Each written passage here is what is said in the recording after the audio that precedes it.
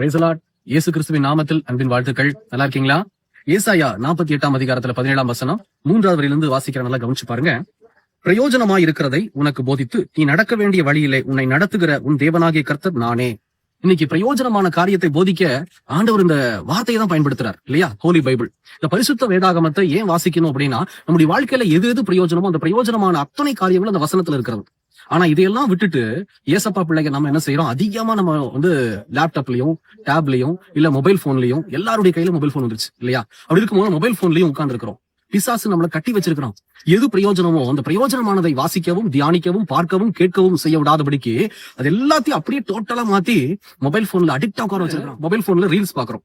இன்னைக்கு நிறைய பேர், ஏகப்பட்ட பேர் ரீல்ஸ் தான் பாத்துட்டு இருக்கிறோம். நான் ஒரு பேக்கரிக்கு போயிருந்தேன்.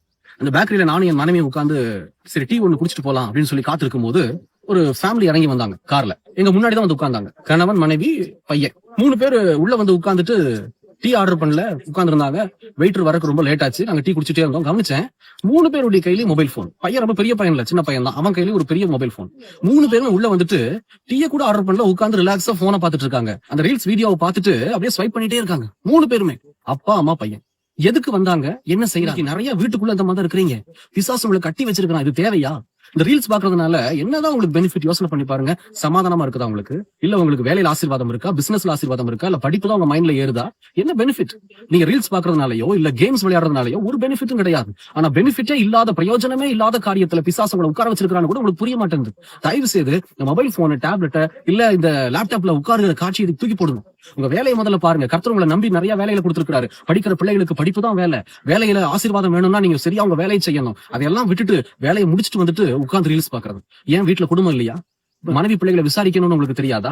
சொந்த குடும்பத்தை நடத்துகிறதுக்கு இதோ நம்ம அறிந்து கொள்ள முடியாம இருக்கிறோம். தேவப்பிள்ளைகள் ஆண்டவர் நிறைய காரியங்களை சொல்லி இருக்கிறார். கணவன் மனைவி எப்படி வாழணும், ஒரு விதவை, அதாவது இளம் விதவை எப்படி இருக்கணும், இல்ல வயது முதிர்ந்த விதவைகள் எப்படி இருக்கணும், எல்லாவற்றையும் இந்த வசனம் சொல்லுகிறது. பிள்ளைகளை எப்படி நடத்தணும்னு சொல்லி இதெல்லாம் நீங்க அறிந்து கொள்ளாம தேவையில்லாத காரியத்துல உட்கார்ந்து சோசியல் மீடியாஸ்லயோ இல்ல கேம்ஸ்லயோ இல்ல மற்ற காரியத்துல உட்கார்ந்து மணிக்கணக்கா போன்ல பேசுறதுனாலயோ பிரயோஜனமே இல்ல. பிரயோஜனமான இந்த பைபிள் எடுத்து வாசிங்க. கர்த்தர் நிறைய காரியங்களை உங்க இடத்துல பேசவும் உங்களை வழிநடத்தவும் ஆயத்தமாக இருக்கிறார். ஜெபிக்கலாமா? கண்களை மூடி. எங்களை நேசிக்கிற நல்ல ஆண்டவரே, இந்த வேலைக்காக ஸ்தோத்திரம். பிரயோஜனமான வேத புத்தகத்தை நாங்கள் அறிந்து கொள்ள கர்த்தர் எங்களுக்கு அந்த கிருபையை தாங்கப்பா, அந்த ஞானத்தை தாங்க. பொல்லாத பிசாசு சோசியல் மீடியாஸ்லயும் ஆண்டவரே அப்பா அந்த கேம்ஸ்ல எங்களை கட்டி வச்சிருக்கிறான். அப்படிப்பட்ட பொல்லாத பிசாசானவன் நசரேயனாகிய இயேசுவின் நாமத்தில் சபிக்கப்பட்டு விலகுவானாக. தகப்பனே, உடைய பிள்ளைகளை விட்டு அகன்று போகட்டும் இயேசுவின் வல்லமையுள்ள நாமத்தில். தேவரீர் உடைய பிள்ளைகளை ஆசீர்வதித்து என் தேவன் ஆண்டவரை பிரயோஜனமானதை கற்றுக் கொடுத்து கர்த்தர்களை ஆசீர்வதித்து பலப்படுத்தும் இயேசுவின் நாமத்தில் பிதாவே, ஆமென், ஆமென். செபிங்க. பிரயோஜனமான வேத புஸ்தகத்தை நாடுங்க. கர்த்தர் உங்களை ஆசீர்வதிப்பாராக. God bless you.